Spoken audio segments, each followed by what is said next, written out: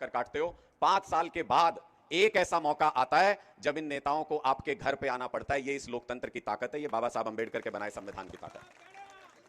तो आज मैं आपसे ये सवाल पूछता हूं, 5 साल तक जब सरपंचों को अपने अधिकार चाहिए थे, सरपंच इन नेताओं के घर पे गए थे चंडीगढ़। मुझे आज भी याद है वो नजारा, लट से पीट पीट के सड़क पे घसीट घसीट के वापस भेजा था सरपंचों को, हमारे चुने हुए सरपंचों को। हमारी बहनें अपने मान सम्मान की रक्षा के लिए जंतर मंतर पर बैठी थी, दिल्ली में इनके घर के बाहर बैठी थी, उनको सड़क पे घसीट के पीटा गया। हमारे किसान अपने अधिकार के लिए दिल्ली जाना चाहते थे, बोले दिल्ली नहीं जा सकते आप। क्यों नहीं जा सकते भाई दिल्ली? क्योंकि दिल्ली में जिन सांसदों को आप चुन के भेजते हो, जिन मंत्रियों को आप बनाते हो, जिस प्रधानमंत्री को आप बनाते हो, उनके घर हैं दिल्ली में।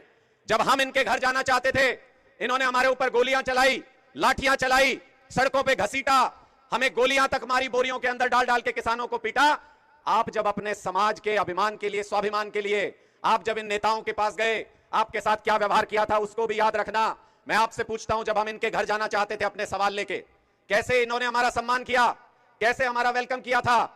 हमारी किताबें बताती हैं, पुराने इतिहास में देख लो या हमारी सांस्कृतिक पुस्तकों में देख लो, हमारे वेदों में देख लो, शठे शाठ्यम समाचरित, जो जैसा है उसके साथ वैसा व्यवहार करो। हम जब इनके घर गए अपना अधिकार मांगने, इन्होंने लाठियों और गोलियों से हमारा स्वागत किया। अब जब ये हमारे घर आएंगे वोट मांगने, याद रखना इनके साथ क्या करना है, याद रखना इस बात को, इनके साथ क्या करना है। इन्होंने अरविंद केजरीवाल जी को जेल में डाल दिया। क्या कसूर था भाई अरविंद केजरीवाल का? अरविंद केजरीवाल का सिर्फ यह कसूर था कि उन्होंने सारे बच्चों के लिए शानदार स्कूल बनाए, अच्छे अस्पताल बनाए। दिल्ली के लोगों को जिस व्यक्ति ने दवाएं उपलब्ध कराई मुफ्त में, उसको जेल के अंदर इन्होंने दवा नहीं लेने दी 23 दिन तक। इतनी अत्याचारी सरकार है। मैं आपको यह याद दिलाना चाहता हूं, अरविंद केजरीवाल इसी हरियाणा की धरती पे पैदा हुए हैं, इसी हरियाणा का खून है अरविंद केजरीवाल। आपके खून का अपमान ही नहीं हुआ, उसको जेल के अंदर यातनाएं दी जा रही हैं, परेशान किया जा रहा है। मुझे सिर्फ इतना बता दो कि अपने खून का यह अपमान देख के आपका खून खौलता है कि नहीं? इसका बदला लोगे कि नहीं लोगे? इसका बदला लेंगे। और जेल का जवाब, जुल्म का जवाब वोट से लेंगे। यह बात याद रखना। बहुत से बीजेपी के लोग आएंगे नीचे नीचे अफवाह फैलाने, आपको कहेंगे मशीन में गड़बड़ है, कुछ नहीं होता, आप कुछ भी कर लो, आपका हौसला तोड़ने की कोशिश करेंगे। मैं आपको एक मंत्र देके जा रहा हूं, ये मशीनें हमने बहुत ठीक करी हैं दिल्ली में, पंजाब में। इनका एक मंत्र देके जा रहा हूं मैं, इतना बटन दबा देना झाड़ू के निशान पे कि गिनती के लिए 4 तारीख का इंतजार नहीं करना पड़े। जब वो चुनाव अधिकारी मशीन समेट के ले जाता है तो बटन की हालत देख के उसको समझ में आ जाए कि कुरुक्षेत्र लोकसभा में होने क्या वाला है। ये करेंगे 2-4% की बेईमानी, फर्क नहीं पड़ता। जब एक तरफा मतदाता वोट करता है, इनको समझाओ कि तुम तानाशाह हो सकते हो, लेकिन हमारी एक उंगली में इतनी ताकत है कि उस तानाशाह को कुर्सी से उठा के जमीन पे पटक देंगे, इतनी ताकत इस एक उंगली के अंदर है। और मैं आज आप सबके सामने ये विनती करने आया हूं, चेहरा डॉक्टर सुशील गुप्ता जी हो सकते हैं, लेकिन हमारा रोम रोम उनके समर्थन में खड़ा है। ये जितने लोग आज मंच पे आप देख रहे हो और जितने कार्यकर्ता साथी नीचे खड़े हैं, जी जान लगा के, दिन रात लगा के, पूरी ताकत और मेहनत के साथ इस चुनाव को जितवाने की कोशिश कर रहे हैं। कांग्रेस के एक एक कार्यकर्ता को मैंने देखा है हमारे साथ कंधे से कंधा मिला के लड़ते हुए, पूरी ताकत के साथ वो हमारी मदद कर रहे हैं। मैं एक एक कांग्रेस कार्यकर्ता को भी, जो यहां से सुन रहे हैं जितने भी लोग, और हमारे वरिष्ठ नेतागण भी, मैं सिर्फ इतना विश्वास दिला सकता हूं आम आदमी पार्टी के सभी कार्यकर्ताओं की तरफ से, आप इस एक सीट पर कुरुक्षेत्र के अंदर जितनी मेहनत करेंगे डॉक्टर सुशील गुप्ता जी को जिताने में, उसकी 100 गुना ताकत हमारा एक एक कार्यकर्ता 9 लोकसभा सीटों के ऊपर लगाएगा। हमारा लक्ष्य सिर्फ 1 लोकसभा सीट जीतना नहीं है, इन बीजेपी वालों का सुपड़ा साफ करना है। 10-0 से हरियाणा के अंदर भारतीय जनता पार्टी को हरा के भेजना है। आप सब लोगों के दिल तक अगर मेरी बात पहुंची हो, समय की कमी है, एक बार बंद मुट्ठी करके, हाथ ऊपर करके, पीछे तक, युवा बुजुर्ग माताएं बहनें जो भी बैठे हैं, पीछे तक हाथ ऊपर करके मेरे साथ भारत माता का एक नारा बुलंद कर दीजिएगा। मैं समझ जाऊंगा कि आप लोग मेरे साथ हैं, डॉक्टर सुशील गुप्ता जी के साथ हैं। भारत माता की, भारत माता की, इनकलाब, इनकलाब। बहुत बहुत आभार, बहुत बहुत शुक्रिया आप सभी का। धन्यवाद डाना जी। चंद लाइनों से अपनी बात शुरू करना चाहता हूं कि कैसे कैसे मंजर अब ये आने लगे हैं, कैसे कैसे मंजर अब ये आने लगे हैं, और गाते गाते लोग चिल्लाने लगे हैं, बदल डालो अब इस तालाब के पानी को, कमल के फूल तो मुरझाने लगे हैं, कमल के फूल तो मुरझाने लगे हैं। 10 साल आपको झूठे वादे में फंसा कर रखा गया, आपके साथ धोखा दिया गया, आपको ठगने का काम किया गया, आपकी संपत्ति को लूटने का काम किया गया, बैंकों में जमा आपका पैसा लूटने का काम किया गया, आपकी जमीनें लूटने का काम किया गया, आपकी रेल हो, आपकी सेल हो, 145 करोड़ लोगों ने अपने परिश्रम से भारत माता की जो संपत्ति बनाई, उस संपत्ति को उठाकर एक एक करके नरेंद्र मोदी ने अपने दोस्त अडानी के लिए दे दिया। वो अडानी के लिए काम करते हैं, हम इंडिया के लिए काम करते हैं, ये आपसे कहने आया हूं। कोरोना की महामारी थी, उस समय भी प्रधानमंत्री जी और उनकी पार्टी हरियाणा में उनको जमीन दे रही थी। गलत तो नहीं कह रहा हूं गुप्ता जी, गलत तो नहीं कह रहा हूं। 150 एकड़ जमीन दे दिया, 150 एकड़ जमीन दे दिया। आज प्रधानमंत्री जी चुनाव में जा रहे हैं, कह रहे हैं इस बात की गारंटी है, उस बात की गारंटी है, ये मोदी की गारंटी है। मैंने कहा मोदी जी की एक ही गारंटी है, झूठ बोलने की गारंटी है। अगर झूठ बोलने की प्रतियोगिता करा ली जाए तो भारत के प्रधानमंत्री दुनिया में नंबर 1 पे आएंगे, 2 नंबर पे नहीं आएंगे, यह मैं दावे के साथ कह सकता हूं। क्या क्या बोला था आपसे 2014 में? बोले भाइयों और बहनों वोट दे दो, हर साल नौजवानों को 2 करोड़ नौकरी देंगे। 10 साल में कितनी नौकरी मिलनी थी नौजवानों आपको? 20 करोड़। कितनी नौकरी मिलनी थी? जोर से बोलिए। 20 करोड़। नौकरी मिलना तो दूर की बात है, जो आपकी सरकारी नौकरी थी वो भी छीन ली। 45 वर्षों में सबसे बड़ी बेरोजगारी नरेंद्र मोदी की सरकार में देखने को मिला।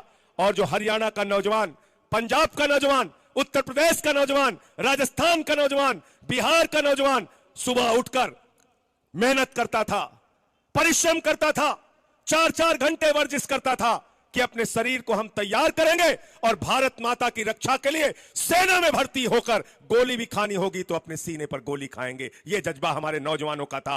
अग्निवीर लाके उनके पीठ में छुरा मारने का काम किया। बताओ किया कि नहीं किया? बताओ। भारत की सीमाओं को कमजोर करने का काम प्रधानमंत्री जी आपने किया। 4 साल की नौकरी, अग्निवीर बना दिया। बाप नौकरी कर रहा है, बेटा रिटायर हो गया। ऐसी योजना है अग्निवीर। गलत तो नहीं कह रहा हूं। बाप नौकरी कर रहा है, बेटा रिटायर हो गया। अग्निवीर -45 डिग्री टेम्परेचर में सियाचिन में अग्निवीर को ड्यूटी करनी है। +50 डिग्री टेम्परेचर में जैसलमेर में अग्निवीर को ड्यूटी करनी है। और जिसका बेटा, अमित शाह का बेटा, बल्ला पकड़ना नहीं आता, वो बीसीसीआई का चेयरमैन बनेगा। यह व्यवस्था हम बदलना चाहते हैं। कहा बहुत हुई महंगाई की मार, महंगाई खत्म करेंगे। 40 रुपए का डीजल मिलेगा, 50 रुपए का पेट्रोल मिलेगा। आज महंगाई आसमान पे पहुंचा दी। डीजल महंगा, पेट्रोल महंगा, सरसों का तेल महंगा, सब्जियां महंगी। किसानों को कहने लगे किसानों की आमदनी 2 गुना करेंगे। कहने लगे इतना काला धन लाएंगे, इतना काला धन लाएंगे, इतना काला धन लाएंगे कि हर आदमी के खाते में कितना पहुंच जाएगा? जोर से बोलिए। सबको याद है, कोई भूला नहीं है। 15 पैसे भी नहीं आए।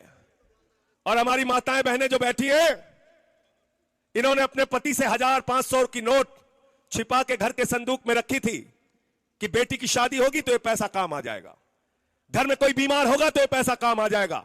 प्रधानमंत्री नरेंद्र मोदी जी ने कहा माताओं और बहनों, यही 1000-500 की नोट काला धन है, इसको लाइन में लग के इसको जमा कर दो। वो भी खाली करा दिया। करा दिया कि नहीं कराया? बताओ। करा दिया ना। नोटबंदी का भी घोटाला किया। तो मोदी जी की एक ही गारंटी है, झूठ बोलने की गारंटी। ये भारतीय जनता पार्टी नहीं है, ये भारतीय झूठा पार्टी है। झूठा पार्टी, झूठ बोलने वालों की पार्टी। अभी चुनाव आया है तो हिंदुस्तान की बात नहीं करते, हिंदुस्तान के किसानों की बात नहीं करते, हिंदुस्तान के मजदूरों की बात नहीं करते, हिंदुस्तान के युवाओं की बात नहीं करते, माताओं बहनों की सुरक्षा की बात नहीं करते, बुजुर्गों की बात नहीं करते, हिंदुस्तान की बात नहीं करते, हिंदू मुसलमान की बात करते हैं, हिंदुस्तान पाकिस्तान की बात करते हैं। अरे जितना पाकिस्तानी पाकिस्तान का नाम नहीं लेते, उससे ज्यादा भाजपाई पाकिस्तान का नाम लेते हैं। इनसे सावधान रहना। क्या पाकिस्तान से कोई डरता है क्या भाई? यहां पे बताओ, डरते हो क्या पाकिस्तान से? हाथ उठा के बताओ, कोई डरता है क्या? 22 करोड़ की आबादी वाले देश को तुम कहते हो 145 करोड़ की आबादी के भारत के लोगों को कहते हो डरो पाकिस्तान से, डरो पाकिस्तान से। अरे हमको पाकिस्तान से डर नहीं लगता।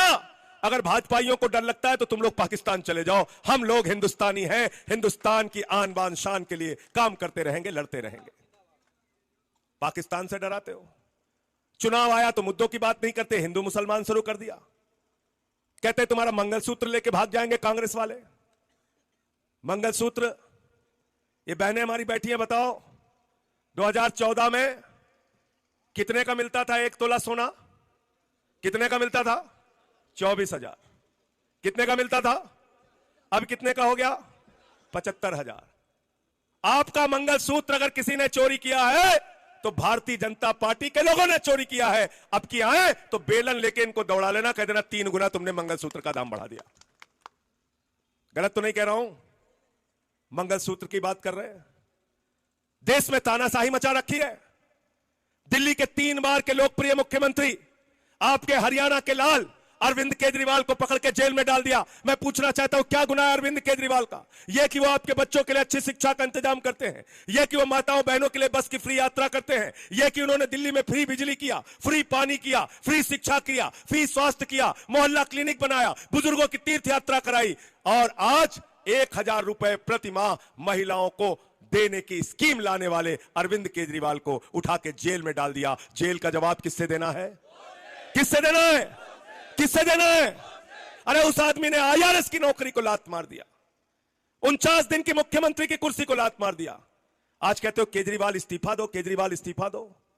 इस्तीफा मांगना है बीजेपी के लोगों तो मांगो इस्तीफा मणिपुर के सीएम से, जिसके राज में कारगिल के योद्धा की पत्नी को निवस्त करके घुमाया गया। उस कारगिल के योद्धा ने कहा मैंने भारत माता की रक्षा के लिए कारगिल का युद्ध लड़ा, मैं भारत माता की रक्षा कर पाया, अपनी पत्नी की रक्षा नहीं कर पाया। 1 साल से मणिपुर में हिंसा चल रही है। इस्तीफा मांगना है तो मणिपुर के सीएम का इस्तीफा मांगो। इस्तीफा मांगना है तो अजय मिश्रा टेनी के बेटे, जिसने 4 किसानों को कुचल के मार दिया, वो देश का गृह राज्य मंत्री है, उसका इस्तीफा मांगो। इस्तीफा मांगना है तो हरियाणा की हमारी पहलवान बेटियों का जो अपमान हुआ है दिल्ली के अंदर, उस पर कार्रवाई करने का काम करो। इस्तीफा मांगना है तो आज जो भारतीय जनता पार्टी के लोग भ्रष्टाचार में लिप्त हैं, उनका इस्तीफा मांगो। मोदी जी कहते हैं भ्रष्टाचारियों को नहीं छोड़ूंगा। मैंने कहा मोदी जी आपने बिल्कुल ठीक कहा, एक भी भ्रष्टाचारी को आप नहीं छोड़ेंगे। पूरब से लेकर पश्चिम तक, उत्तर से लेकर दक्षिण तक, सारे भ्रष्टाचारियों को बीजेपी में नरेंद्र मोदी ने शामिल कर लिया। कर लिया कि नहीं कर लिया? अजीत पवार पे 70,000 करोड़ के घोटाले का आरोप लगाया। किसके साथ है अजीत पवार? छगन भुजबल किसके साथ है? हसन मुशर्रफ किसके साथ है? जनार्दन रेड्डी किसके साथ है? अशोक चौहान किसके साथ है? नारायण राणे किसके साथ है? मुकुल राय किसके साथ है? शुभेंदु अधिकारी किसके साथ है? हेमंत विश्व शर्मा किसके साथ है? येदुरप्पा किसके साथ है? और आपके क्षेत्र के जो प्रत्याशी हैं नवीन जिंदल किसके साथ है? बताओ भाई, बताओ आप। जिनके ऊपर आप आरोप लगाते हैं उनको अपनी पार्टी में शामिल कर लेते हैं। सबसे ज्यादा तो कुरुक्षेत्र में भारतीय जनता पार्टी के कार्यकर्ता हैं, गली गली में कोयला बांट रहे थे, आजकल कोहिनूर बांट रहे हैं। गलत तो नहीं कह रहा हूं? गलत तो नहीं कह रहा हूं? दुखी है, कैसे मुंह दिखाएं, किस नाम पे वोट मांगे? तो इसलिए बीजेपी का नारा है जो जितना बड़ा भ्रष्टाचारी वो उतना बड़ा पदाधिकारी। और भ्रष्टाचार के खिलाफ भाजपा वाले बोलते हैं तो लगता है ओसामा बिन लादेन और गब्बर सिंह अहिंसा पे उपदेश दे रहे हैं। गलत तो नहीं कह रहा हूं? आज यही हालत पूरे देश की बना रखी है। समाज के किसी वर्ग के नहीं है ये लोग, याद रखना। ये भारतीय झगड़ा पार्टी है, ये सिर्फ झगड़ा करा सकती है। हिंदू का मुसलमान से झगड़ा, हिंदू का सिख से झगड़ा, हिंदू का ईसाई से झगड़ा, दलित का सवर्ण से झगड़ा, जाट का गैर जाट से झगड़ा, मराठा का गैर मराठा से झगड़ा। पूरे देश में सिर्फ झगड़ा कराने का काम भाजपा ही करते हैं। ये भारतीय झगड़ा पार्टी है, इनसे सावधान रहना। हमें झगड़ा नहीं करना, हमें मिलकर हिंदुस्तान को बचाने का काम करना है। बताओ तैयार हो कि नहीं तैयार हो? आज किसी समाज को नहीं छोड़ते। क्षत्रिय समाज के लोगों ने अपने कंधे पे बैठा के बीजेपी के नेताओं को संसद में पहुंचाया, मंत्री बनाया, मुख्यमंत्री बनाया, पूरे देश में लाइन में लग के वोट किया। उसका बदला तुमको क्या दिया गया? उसका बदला हमारे समाज को कहा गया, हमारी बहू बेटियों पे सवाल उठाया गया। कसम खा लेना, सौगंध खा लेना, इनको वोट नहीं देना है, इनकी जमानतें जब्त कराने का काम करना है। तैयार रहना इस बार। मैं उत्तर प्रदेश में गया था, पश्चिमी उत्तर प्रदेश के राजपूतों ने संकल्प लिया, शपथ खाई है। राजस्थान में कसम खाई है, गुजरात भी होके आया, भावनगर में होके आया, वहां लोगों ने कसम खाई है इस बार बीजेपी को हराने का काम करना है। तैयार हो इसके लिए? लड़ना है हमसे लड़ो ना। अरे रूपाला जी तो केंद्रीय मंत्री हैं, मैं तो कह रहा हूं नरेंद्र मोदी जी आपको लड़ना हो, अमित शाह को लड़ना हो, आपकी पार्टी को लड़ना हो, हमसे लड़ाई लड़ो। हमारे बहू बेटियों पे सवाल उठाओगे तो तुम्हारे सूद समेत तुम्हारी गुंडागर्दी का जवाब दिया जाएगा। इसको बर्दाश्त नहीं किया जाएगा। चुनाव में तुमको हराने का काम करेंगे। घर की बहू बेटियों पे सवाल उठाते हैं, इतनी गुंडागर्दी इनके दिमाग पे सवार है, और नारा क्या दे रहे हैं? 400 पार, 400 पार, 400 पार। इनके जुमले के चक्कर में मत फंसना। अब 400 पार के नारे की हकीकत भी सुन लो। ये कितना फर्जी नारा देते हैं। बंगाल में गए, कहने लगे 200 पार, 200 पार, 200 पार, आई 73 सीट। झारखंड में गए, कहने लगे 65 पार, 65 पार, 65 पार, आई 23 सीट। महाराष्ट्र में गए, कहने लगे 150 पार, 150 पार, 150 पार, आई 105 सीट। दिल्ली में गए, कहने लगे 45 पार, 45 पार, 45 पार, आई 8 सीट। कर्नाटक में गए, कहने लगे 130 पार, 130 पार, 130 पार, आई 65 सीट। मिजोरम में गए, कहने लगे 21 पार, 21 पार, 21 पार, आई 1 सीट। हरियाणा में आए, कहने लगे 75 पार, 75 पार, 75 पार, आई 40 सीट। अब कह रहे हैं 400 पार, 400 पार, 400 पार। हरियाणा वाले कह रहे हैं 30 पार, 30 पार, 30 पार। 30 पार करना है ना इनको इस बार? हाथ उठा के बताओ करना है कि नहीं करना? तैयार हो सब लोग? सब लोग तैयार हैं? 30 पार करना है ना इनको? इनको 30 पार करना है, रगड़ा लगाना है। और ये सुशील गुप्ता जी बैठे हैं। जब किसानों का आंदोलन हुआ, आप लोगों ने वो वीडियो देखा होगा, तब मैं संसद में था। किसानों का आंदोलन हुआ, काला कानून लेके आए, मैं टेबल पे चढ़ गया, मैंने माइक तोड़ दिया। भाजपाई चिल्लाने लगे, अरे देखो संजय सिंह ने माइक तोड़ दिया, माइक तोड़ दिया, माइक तोड़ दिया। मैंने कहा बेईमानो, अगर तुम किसानों की हड्डियां तोड़ोगे तो मैं माइक तोड़ूंगा। यहां चुप रहने के लिए नहीं आया हूं। इस देश के अन्नदाता किसानों ने 750 किसानों ने अपनी शहादत दी उस काले कानून के खिलाफ। मैं आप लोगों से कहने के लिए आया हूं, हरियाणा के लोगों, जब अपना वोट देने के लिए जाना तो अपने उन भाइयों की शहादत को याद कर लेना।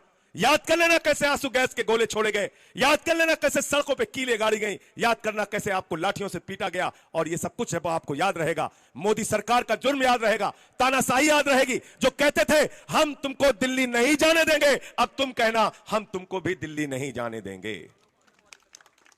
किसानों को आतंकवादी कहा, खालिस्तानी कहा, पता नहीं क्या क्या कहा, पता नहीं क्या क्या कहा। अब तानाशाही पे उतारू है। 6 महीने मुझे जेल में डाल दिया। केजरीवाल पहले से जेल में है। हेमंत सोरेन को जेल में डाल दिया, मनीष सिसोदिया को जेल में डाल दिया, सत्येंद्र जैन को जेल में डाल दिया। इस जेल का जवाब आपको किससे देना है? पीछे तक हाथ उठा के बताइए। वोट से। जेल का जवाब, जेल का जवाब, जेल का जवाब। बहुत बहुत शुक्रिया, बहुत बहुत धन्यवाद। धन्यवाद जी। अब सभी लोगों से मेरी प्रार्थना है कि चाय का प्रोग्राम है, चाय पकौड़ा लेके जाना है, चाय पकौड़ा लेकर के जाना, बड़े आराम